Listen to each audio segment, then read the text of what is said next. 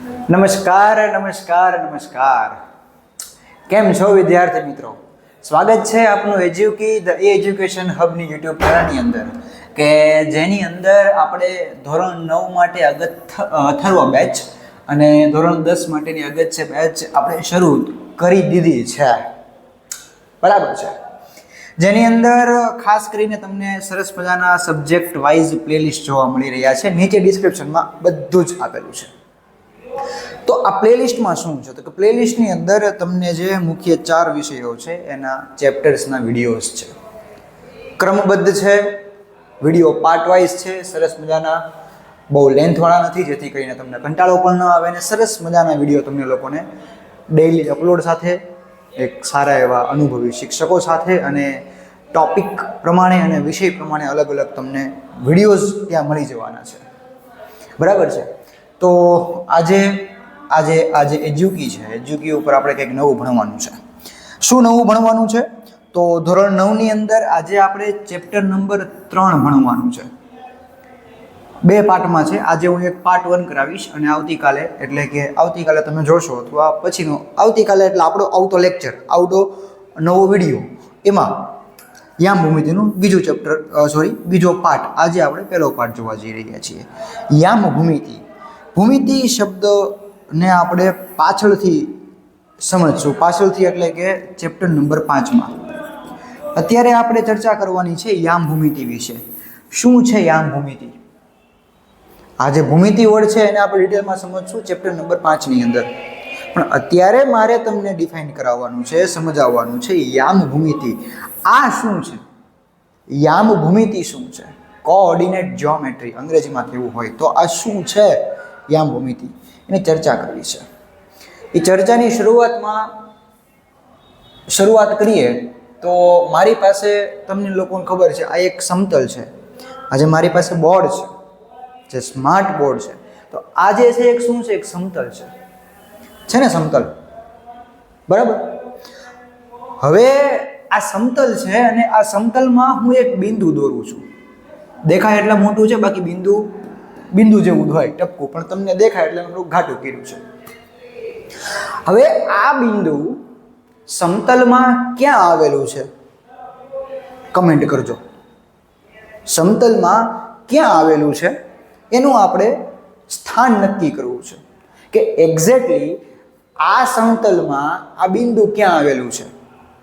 તો ઘણા એમ કહે છે કે ઉપરની બોર્ડરથી જોવા જાઓ તો કદાચ 1 ફૂટ જેટલું નીચે છે.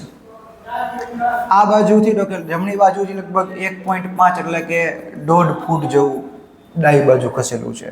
અહીંથી તમે કહેશો કે ભાઈ લગભગ 2 ફૂટ જેટલું. અંદાજિત માપ છે, પરફેક્ટ ના હોય. કોઈ કેમ કે આ ખૂણાથી એટલું આઘું છે, કોઈ કેમ કે આ ખૂણાથી એટલું આઘું છે, કોઈ કેમ કે આ ખૂણાથી એટલું આઘું છે. બધા જ સાચા છે, કોઈ ખોટું નથી બોલતું કે આ આમ છે તો કે ભાઈ ખોટું નહીં. બધા જ જવાબ સાચા છે, પણ બધાના જવાબ અલગ અલગ આવે છે. તો આ બિંદુનું સ્થાન એક્ઝેક્ટ નક્કી કરી શકતા નથી આપણે. તો એના માટે એક ગણિત શાસ્ત્રી આવે છે. કોણ આવે છે? ગણિત શાસ્ત્રી, જેનું નામ છે રેને દ કાર્તે. શું નામ છે? રેને દ કાર્તે. આ કાકાએ શું કર્યું હતું ખબર છે તમને? આ કાકાએ, રેને દ કાર્તે કાકા હતા, આ કાકાએ શું કર્યું કે ભાઈ સમતલ હતું ને, સમતલ, એમાં 2 રેખાઓ દોરી. કેવી રેખાઓ દોરી? 2. કેટલી દોરી? 2 રેખાઓ દોરી. એક શિરોલંબ રેખા દોરી. શિરોલંબ રેખા એટલે કે જમીન હારે, દાખલા તરીકે આ જમીન છે તો જમીન હારે 90 ડિગ્રીનો ખૂણો બનાવતી હોય એવી એક રેખા દોરી. કેવી કીધી એને? શિરોલંબ રેખા. કેવી કીધી? શિરોલંબ રેખા. બરાબર છે. અને એક કેવી રેખા દોરી? સમક્ષિતિજ રેખા દોરી. અત્યારે સીધી નહીં થાય, કારણ કે થઈ હોય તો સારી વાત છે, ન થઈ હોય તો સમજી લો કે સીધી છે. એક આડી રેખા દોરી, એને આપણે કહીશું સમક્ષિતિજ રેખા. કેવી કીધી? સમક્ષિતિજ રેખા એટલે કે જમીનને સમાંતર હોય એવી રેખા, સમક્ષિતિજ રેખા. બરાબર છે. આવી 2 રેખાઓ દોરી. આવી 2 રેખાઓ દોરીને એટલે સમતલના 4 ભાગ પડ્યા. કેટલા ભાગ પડ્યા? 4. જુઓ પડ્યા. હા, એક ઊભી રેખા જેને આપણે શિરોલંબ રેખા કીધી, આડી રેખા કે જેને આપણે સમક્ષિતિજ રેખા કીધી. તો આ જે શિરોલંબ રેખા છે એ શિરોલંબ રેખાને આપણે નામ આપવાનું છે વાય અક્ષ. શું નામ આપવાનું છે? વાય અક્ષ. અને જે આડી રેખા છે એને આપણે કહેવાનું છે એક્સ અક્ષ. શું કહેવાનું છે એને? એક્સ અક્ષ. યાદ રાખજો મિત્રો કે આ જેટલા મારા શબ્દો અત્યારે હું બોલું છું, જેટલા પણ શબ્દો મારા દ્વારા અત્યારે બોલવામાં આવે છે એ બધા જ શબ્દો 1 માર્કના પ્રશ્ન માટે ખૂબ જ મહત્વના રહેશે. બરાબર છે? રેને દેકાર્તે શું કર્યું? તો કે ભાઈ સમતલમાં એક આડી રેખા દોરી જેને આપણે સમક્ષિતિજ રેખા કહીએ છીએ, જેને આપણે એક્સ અક્ષ કહીએ છીએ. એક ઊભી રેખા દોરી જેને આપણે શિરોલંબ રેખા કહીએ છીએ, જેને આપણે વાય અક્ષ કહીએ છીએ. આવું કરવાથી એટલે શું કર્યું? તો કે ભાઈ એને 2 રેખા દોરી, એક સમક્ષિતિજ રેખા દોરી, એક શિરોલંબ રેખા દોરી. મતલબ કે એક એક્સ અક્ષ દોર્યો અને એક વાય અક્ષ દોર્યો. આવું કરવાથી સમતલના 4 ભાગ પડ્યા. આ પહેલો ભાગ છે. ઓય બિંદુ કઈ ગયું? હા, કેટલા ભાગ પડ્યા? તો કે ભાઈ પહેલો ભાગ, બીજો ભાગ, ત્રીજો ભાગ ને ચોથો ભાગ. કુલ 4 ભાગ પડ્યા સમતલના. પડ્યા ને? 4 કટકા થઈ ગયા ને સમતલના. 2 રેખાઓ દોરવાથી સમતલના 4 ભાગ પડ્યા. દરેક ભાગને શું કીધું? તો કે ભાઈ સમક્ષિતિજ અને શિરોલંબ રેખાઓ વડે સમતલના કેટલા ભાગ પડે?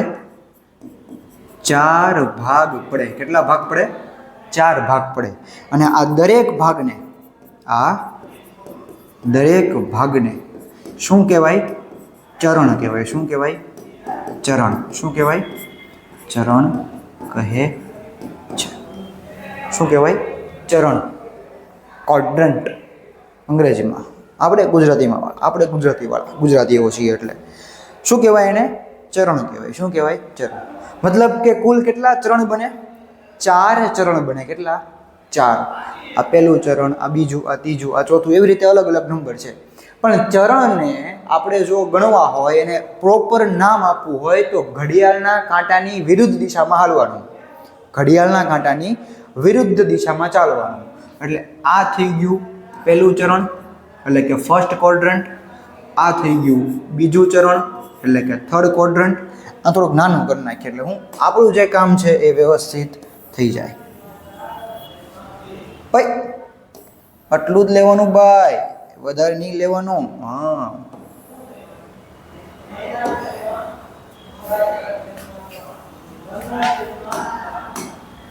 એટલે કેટલા? આ પહેલું ચરણ, આ બીજું ચરણ, આ ત્રીજું ચરણ અને આ ચોથું ચરણ. એટલે કે first quadrant, second quadrant, third quadrant and fourth quadrant. એટલે કે ચરણ 1, ચરણ 2, ચરણ 3 અને ચરણ 4. આ 4 ચરણ આપણે ઘડિયાળના કાંટાની વિરુદ્ધ દિશામાં જ યાદ રાખવાના છે, ફરજિયાત છે. બરાબર છે? આવું બધું કરવાની જરૂર શું પડી? કોણે કર્યું આવું બધું? રેને દેકાર્તેએ કર્યું આવું. શું કર્યું? આપણે જોયું કે ભાઈ 2 રેખા દોરીને સમતલના 4 ભાગ પડ્યા. પણ શું કામ? પ્રશ્ન પાછો હું તમને પૂછું છું, આપણે શું કાર્ય કરવાનું હતું? કે સમતલમાં બિંદુ ક્યાં આવેલું છે એ નક્કી કરવાનું છે. આપણે સમતલમાં આ બિંદુ ક્યાં આવેલું છે તો કે ભાઈ એ નક્કી કરવા માટે રેને દેકાર્તેને મગજ દોડાયો કે ભાઈ આવું કરી શકાય. એટલે એણે કર્યું. તો એ કરવા પછી મને ખબર પડી કે આ બિંદુ તો ભાઈ આપણા પહેલા ચરણમાં આવ્યું છે. કયા ચરણમાં છે? પહેલા ચરણમાં છે. કેટલું કામ ઈઝી થઈ ગયું. હવે કોઈ વ્યક્તિને કહો કે પહેલા ચરણમાં આવેલું છે તો એને પછી આ જ એરિયો દેખાય, આ બધો એના મગજમાંથી ચાલ્યો જશે. ચલો એટલું એક કામ ઓછું થયું ને. ખબર પડે છે હું શું કહું છું એ કે નથી ખબર પડતી? પડે છે ને.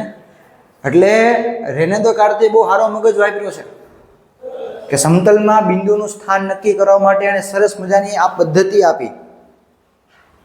હું આપી? એક પદ્ધતિ આપી કે ભાઈ ચરણ બનાવીને ચરણની અંદર અલગ અલગ બિંદુઓ મૂકો, એનું સ્થાન નક્કી કરો. બરાબર છે? તો આ જે પદ્ધતિ આપણે વાપરીએ છીએ, આ જે પદ્ધતિ આપણે વાપરીએ છીએ એ રેને દ કાર્તે આપેલી છે. શું આપેલી છે? રેને દ કાર્તે આપેલી છે. કયા વ્યક્તિ આપી? રેને દ કાર્તે. એટલે એના નામની યાદમાં આ જે પદ્ધતિ છે કે જે પદ્ધતિ વડે આપણે સમતલની અંદર બિંદુનું સ્થાન નક્કી કરીએ છીએ એ પદ્ધતિને આપણે કહીએ છીએ કાર્ટેઝિયન યામ પદ્ધતિ. શું કહીએ છીએ? કાર્ટેઝિયન યામ પદ્ધતિ. સાંભળજો, એ પદ્ધતિનું નામ શું છે? કાર્ટેઝિયન યામ પદ્ધતિ. બરાબર છે? અને જે સમતલની અંદર આપણે બિંદુઓ મૂકીએ છીએ અને ચરણની અંદર આપણે ફાઇન્ડ કરીએ છીએ એના સ્થાન, તો એ જે સમતલ છે એ જે સમતલ છે એ સમતલને કહેવામાં આવે છે યામ સમતલ. શું કહેવામાં આવે છે? યામ સમતલ. અથવા આનું બીજું નામ છે, કારણ કે આ સમતલની અંદર એક એક્સ અક્ષ છે, એક વાય અક્ષ છે, તો આ સમતલનું બીજું નામ છે એક્સ વાય સમતલ. શું નામ છે? એક્સ વાય સમતલ. બરાબર છે મિત્રો? બરાબર છે. તો આ થોડીક બેઝિક માહિતી હતી આ ચેપ્ટરની કે આપણે શરૂઆત કેમ કરવી. આપણું ફોકસ મેઇન શું છે કે સમતલની અંદર બિંદુનું સ્થાન નક્કી કઈ રીતે કરવું, કે બિંદુ એક્ઝેક્ટલી ક્યાં આવેલું છે. પહેલાં આપણે શરૂઆતમાં જોયું ને કે ભાઈ અહીંથી એટલું દૂર છે, અહીંથી એટલું દૂર છે, અહીંથી એટલું દૂર છે, અહીંથી એટલું દૂર છે, તો બધાના જવાબ ત્યાં અલગ અલગ હતા. બધાના જવાબ કેવા હતા? ત્યાં અલગ અલગ હતા. કે ભાઈ એક જણો એમ કે ડાબી બાજુથી એટલું આગું છે, ઉપરથી એટલું નીચે છે, નીચેથી એટલું ઉપર છે. બધા સાચા હતા પણ બધાનો જવાબ સરખો નહોતો. તો એ સરખો જવાબ લાવવા માટે આ કાકાએ બહુ સારું કામ કર્યું. યામ પદ્ધતિ વિકસાવી, જેને કાર્ટેઝિયન યામ પદ્ધતિ, કારણ કે એના નામમાં જુઓ કાર્તે છે એટલે આપણે એને કાર્ટેઝિયન યામ પદ્ધતિ તરીકે ઓળખીએ છીએ. બરાબર? એને શું કર્યું? સમક્ષિતિજ અને શિરોલંબ રેખા વડે સમતલના 4 ભાગ પાડ્યા. એ 4 ભાગને ચરણ કીધું. એટલે આપણને એક વસ્તુ ખબર પડી ગઈ, બધાનો જવાબ એક થઈ ગયો કે આ બિંદુ પહેલા ચરણમાં છે. કેવા ચરણમાં છે? પહેલા ચરણમાં છે. આ પહેલું ચરણ, આ બીજું, આ ત્રીજું અને આ ચોથું. બરાબર છે? રેડી? ચલો, એટલું ક્લિયર છે? 4 ચરણ થઈ ગયા. હવે આને હું કંઈક વ્યવસ્થિત આપણે ભણીએ. વ્યવસ્થિત ભણવા માટે હું ફરીવાર એક શિરોલંબ રેખા દોર નાખું છું અને એક સમક્ષિતિજ રેખા દોર નાખું છું. ચાલો, બરાબર છે? આ એક્સ અક્ષને આપણે કહીએ એક્સ અને આ બાજુ એક્સ ડેશ લઈએ. બંને બાજુ છે એટલા માટે. અહીંયા આપણે લઈએ વાય અને અહીંયા આપણે લઈએ વાય ડેશ. વાય ડેશ નથી હો, વાય ડેશ છે, ધ્યાન રાખજો. આ બંને યામાક્ષો જ્યાં છેદે છે, હા સાહેબ, યામાક્ષો એટલે શું? તો કે ભાઈ આ એક્સ અક્ષ અને વાય અક્ષ બંનેને શું કહેવાય? યામાક્ષો કહેવાય. શું કહેવાય? યામાક્ષો. કોને કહેવાય યામાક્ષો? તો કે ભાઈ એક્સ અક્ષ અને વાય અક્ષને શું કહેવાય? યામાક્ષો. બરાબર છે? તો આ બંને યામાક્ષો એટલે કે બંને રેખાઓ એટલે કે બંને અક્ષો એટલે કે શિરોલંબ રેખા અને સમક્ષિતિજ રેખા, અથવા તો કે વાય અક્ષ અને એક્સ અક્ષ, અથવા બંને રેખાઓ જ્યાં છેદે છે, ક્યાં છેદે છે ભાઈ સાહેબ? તો કે ભાઈ અહીંયા છેદે છે ભાઈ સાહેબ, અહીંયા. તો આ જે બિંદુ છે, આ જે બિંદુ છે ને શું નામ આપવાનું? ઉગમ બિંદુ. શું કહેવાનું? ઉગમ બિંદુ. બંને રેખાઓ એટલે કે બંને યામાક્ષો એટલે કે સમક્ષિતિજ રેખા અને શિરોલંબ રેખા એટલે કે એક્સ અક્ષ અને વાય અક્ષ જ્યાં છેદે છે એકબીજાને, એને શું નામ આપ્યું આપણે? ઉગમ બિંદુ નામ આપ્યું. શું નામ આપ્યું? ઉગમ બિંદુ. અને ઉગમ બિંદુને આપણે દર્શાવીએ છીએ કેપિટલ ઓ વડે. કોના વડે બતાવીએ છીએ? કેપિટલ ઓ વડે. તો હવે તમે જુઓ કે ભાઈ આ ચરણ થયું પહેલું, આ ચરણ થયું બીજું, આ ચરણ થયું ત્રીજું અને આ ચરણ થયું આપણું ચોથું. બરાબર છે? ક્લિયર છે એટલું? તો આ એક ખૂણો છે, જો વાય ઓ એક્સ ખૂણો છે, અથવા એક્સ ઓ વાય આ પણ એક ખૂણો છે. તો આ જે ખૂણો બન્યો ને આવડો, એની અંદરનો જે કાંઈ પણ ભાગ છે ને આ બધો અનંત સુધી, અનંત સુધી, આ બે રેખાની અનંત સુધી જેટલા પણ ભાગ છે એ આખો ભાગ શું છે?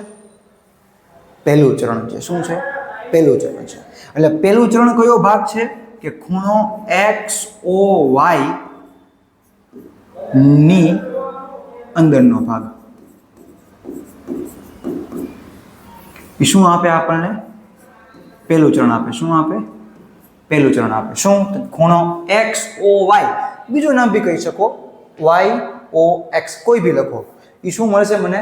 પહેલું ચરણ આપશે. આ ખૂણાની જે અંદરનો ભાગ છે આ બધો એ શું છે? આપણું પહેલું ચરણ છે.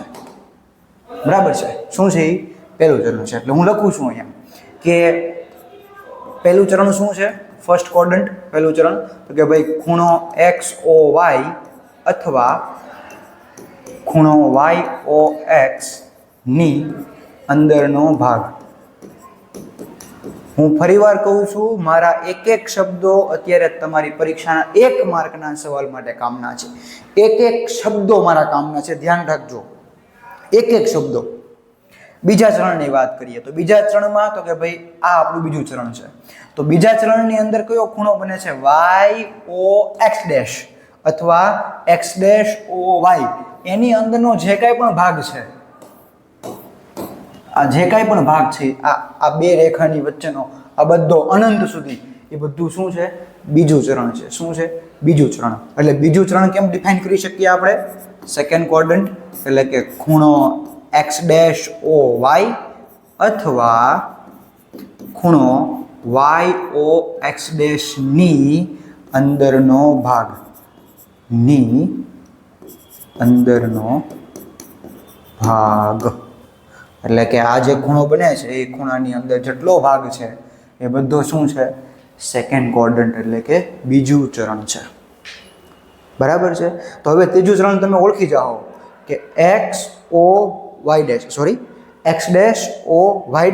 નો જેટલો ભાગ છે આ બધો એ શું છે? બધું ત્રીજું ચરણ છે. આ જો છે ને આખું, અથવા Y'OX' ગમે નામ આપો. શું આપશો? ત્રીજું ચરણ, થર્ડ ક્વોડ્રન્ટ એટલે કે ખૂણો X'OY' અથવા ખૂણો Y'OX' ની અંદરનો ભાગ. શું આપશે મને? શું આપશે મને? ત્રીજું ચરણ આપશે. હું હજી કહું છું, મારો એક એક શબ્દ 1 માર્ક માટે કામનું છે. તમને ગમે ત્યાંથી ગમે એવો પ્રશ્ન પૂછાય, જો મારો એકો એક શબ્દ બોલેલો તમને યાદ રહી ગયો તો ચેપ્ટર 3માં 1 માર્ક તમારો નહીં કપાય. પણ પછી રિવિઝન કરવું પણ હિતાવહ રહેશે તમારા માટે. હો, ચોથો ક્વોડ્રન્ટ એટલે કે ચોથું ચરણ. તો કે ભાઈ આ ચોથું ચરણ છે આખું. કયું? તો કે ખૂણો XOY' અથવા Y'OX. આ ખૂણાની અંદર જે કાંઈ પણ છે અનંત સુધી એ બધું ચોથું ચરણ છે. એટલે કે ખૂણો XOY' અથવા બીજું શું કહી શકો? Y'OX ની અંદરનો ભાગ. ની અંદરનો ભાગ. બરાબર છે? તો આ ચારે ચાર ચરણ કયા યામાક્ષોની વચ્ચે આવે છે અથવા કયા ખૂણામાં સમાયેલા છે એ કામનું છે. આમાંથી 1 માર્કના પ્રશ્ન તમને કદાચ આવી જાય તો તમને ખબર હોવી જોઈએ કે કયું ક્વોડ્રન્ટ કયા ખૂણાની અંદરના ભાગમાં આવે છે, કયું ચરણ કયા ખૂણાની અંદરના ભાગમાં આવે છે. ચાલો, ક્લિયર છે એટલું? પાક્કું? પાક્કું છે એટલું? ડન? ચાલો થોડીક આગળ વાત કરીએ. હવે હું કોઈ એક બિંદુ લઉં છું, ધ્યાન રાખજો. હું કોઈ એક બિંદુ લઉં છું. હવે આ જે યામાક્ષો છે જેને આપણે X અક્ષ ને Y અક્ષ કહીએ છીએ એને આપણે સંખ્યા રેખા પ્રમાણે લખીએ તો આ ઉગમ બિંદુ થાય O. અહીંયા બધી ધન સંખ્યાઓ લખીએ આપણે 1 2 3 4 5 6 7. મિત્રો આપણો સવાલ તો એક ન્યા જ ઊભો છે. આપણો સવાલ તો અહીંયા જ ઊભો શરૂઆતનો કે સમતલની અંદર બિંદુનું સ્થાન નક્કી કેમ કરવું, આપણે એ જ શીખવાનું છે.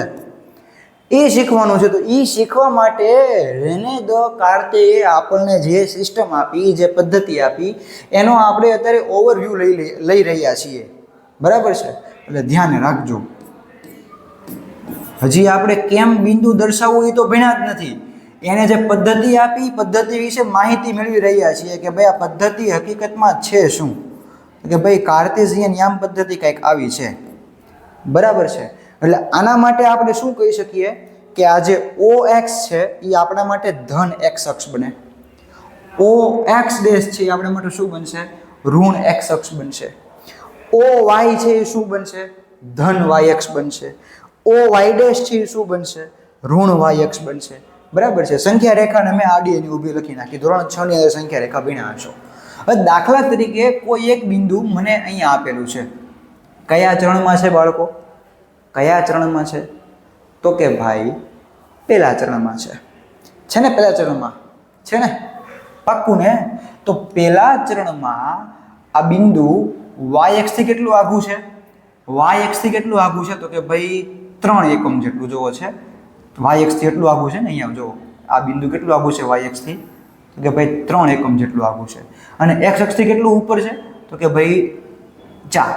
x અક્ષ થી કેટલું ઉપર છે? 4 જેટલું ઉપર છે. તો આ બિંદુ હકીકતમાં એક્ઝેક્ટલી શું થયું? એક્ઝેક્ટલી શું થયું કે બિંદુનો જે x અક્ષ ઉપર આંકડો છે કેટલો છે? 3 છે. y અક્ષ ઉપરનો આંકડો કેટલો છે? 4 છે. તમે થિયેટરમાં જાઓ, સાંભળજો મારી વાત.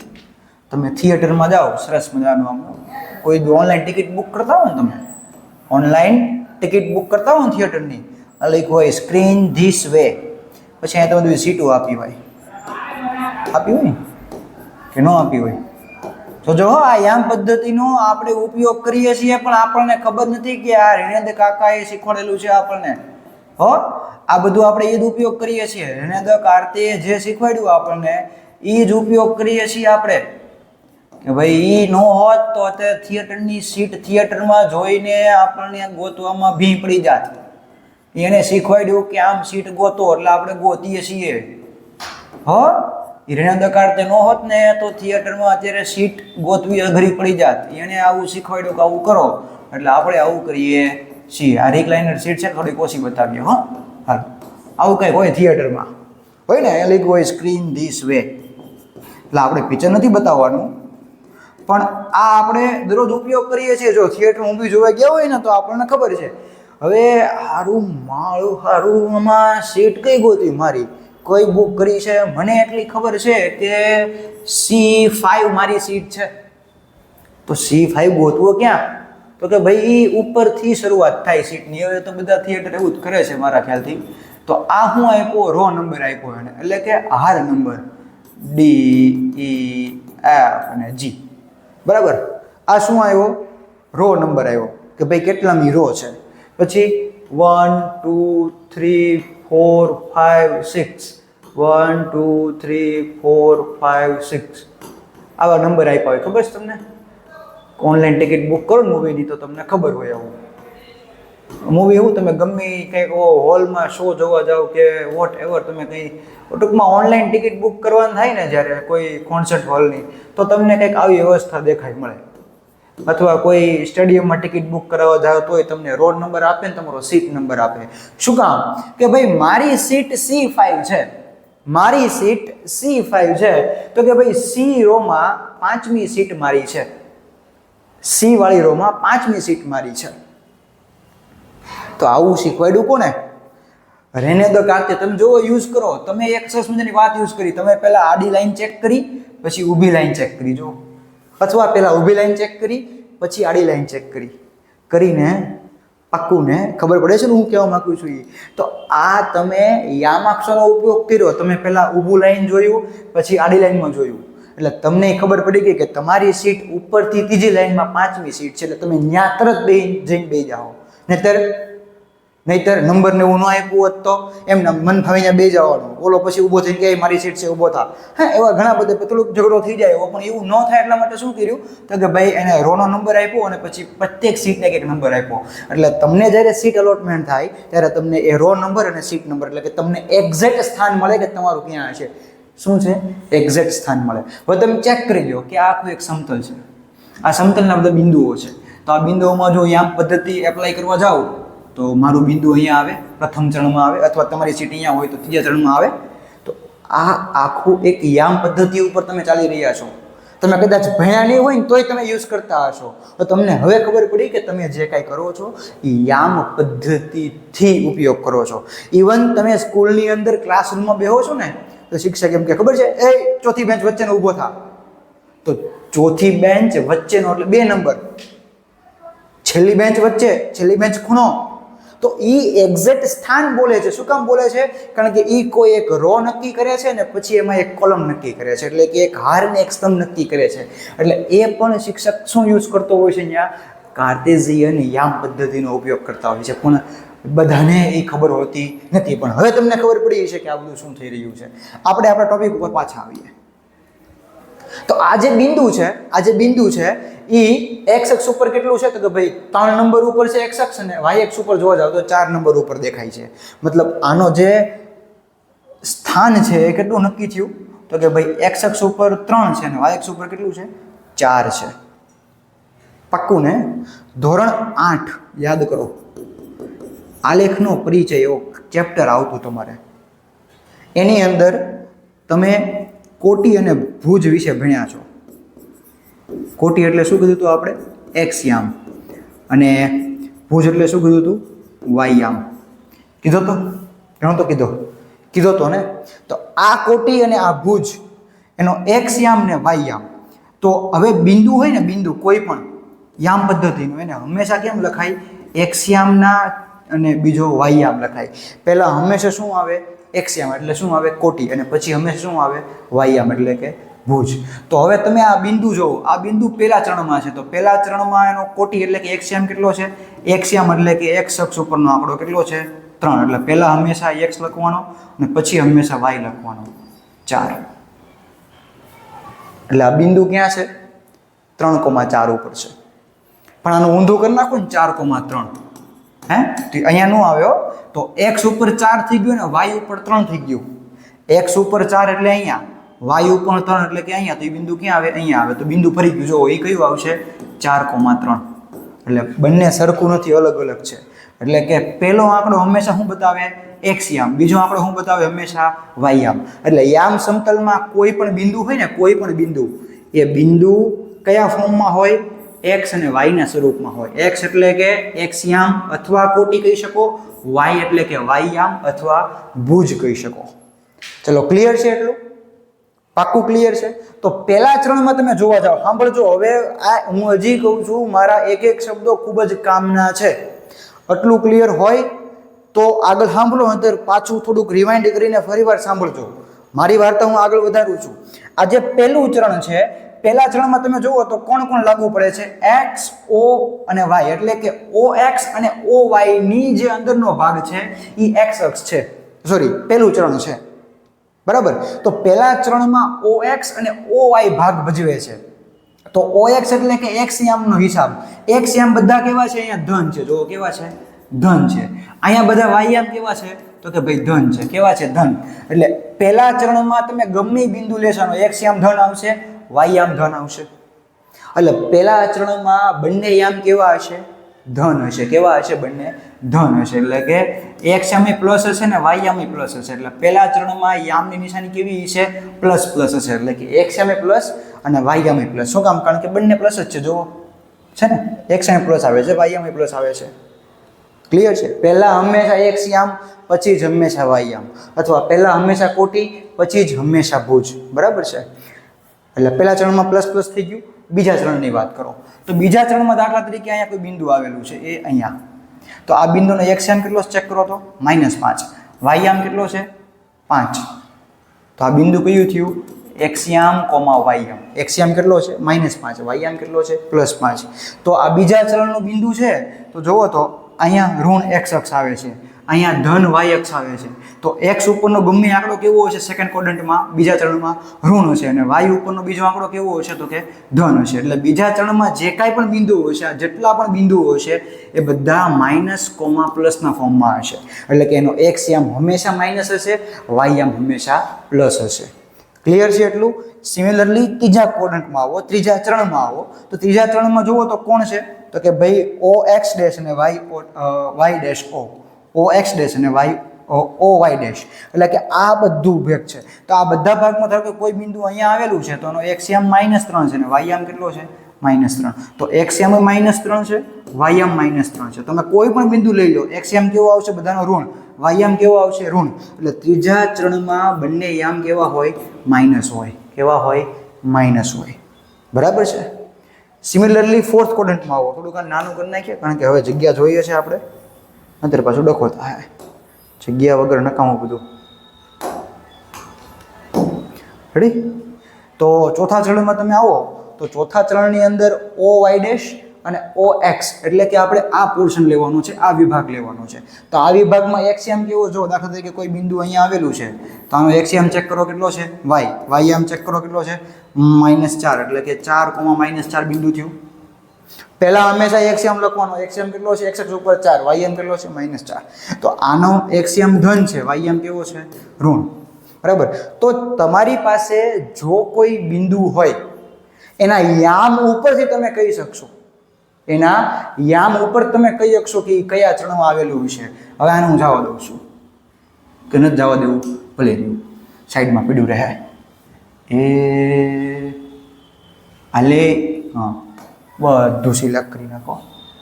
હું કામ લાગે કદાચ પડ્યું હોય ને સાઈડ, આટલું બધું નહીં એમ ભાઈ. હા, ચાલો. આનો મતલબ એવો થયો કે જો ભાઈ લખી નાખું છું બિંદુના યામની નિશાની, બિંદુના યામની નિશાની, ચરણ 1, ચરણ 2, ચરણ 3, ચરણ 4. તો પહેલા ચરણમાં બંને યામ કેવા હોય, પ્લસ પ્લસ હોય. બીજા ચરણમાં એક્સ ઋણ હોય, વાય ધન હોય.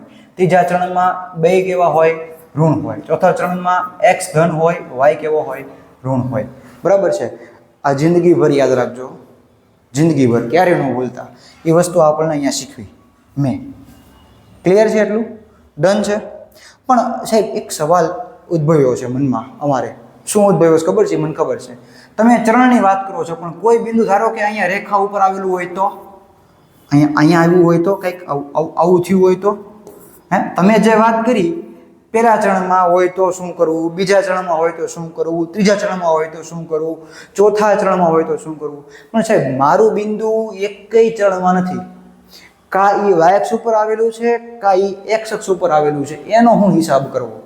એ તો એકેય ચરણમાં ન કહેવાય ને. આ એક્સ અક્ષ ઉપર આવેલું છે એ થોડું ચરણ 1નું કહેવાય, ચરણ 4નું કહેવાય, એકેય ન કહેવાય. તો શું કરવાનું? તો ભાઈ એના માટે રસ્તો છે. શું છે? રસ્તો છે. પણ એ રસ્તો આપણે અત્યારે કરવો નથી, એ આપણે થોડુંક સરપ્રાઈઝ રાખીએ. બરાબર છે? તો આજે જે કંઈ ભણ્યા એ શાંતિથી તમે નોટબુકમાં ઉતારજો. હું સાચું કહું છું. કારણ કે હવે જે આવશે આપણે એ ટોપિક લેવાનો છે કે ચરણમાં બિંદુ ન આપ્યું હોય, પહેલામાં ન હોય, બીજામાં ન હોય, ત્રીજામાં ન હોય, ચોથામાં ન હોય, આપ્યું ક્યાં હશે? કા વાય અક્ષ ઉપરનું બિંદુ હશે, કા એક્સ અક્ષ ઉપરનું બિંદુ હશે. તો એના યામ કેમ નક્કી કરવા એ આપણે પછીના લેક્ચરમાં ડિસ્કસ કરશું. એટલે આવતા લેક્ચરમાં આપણો ટોપિક શું હશે કે યામાક્ષો પરના બિંદુના યામ શોધવા. યામાક્ષો પરના બિંદુના યામ શોધવા.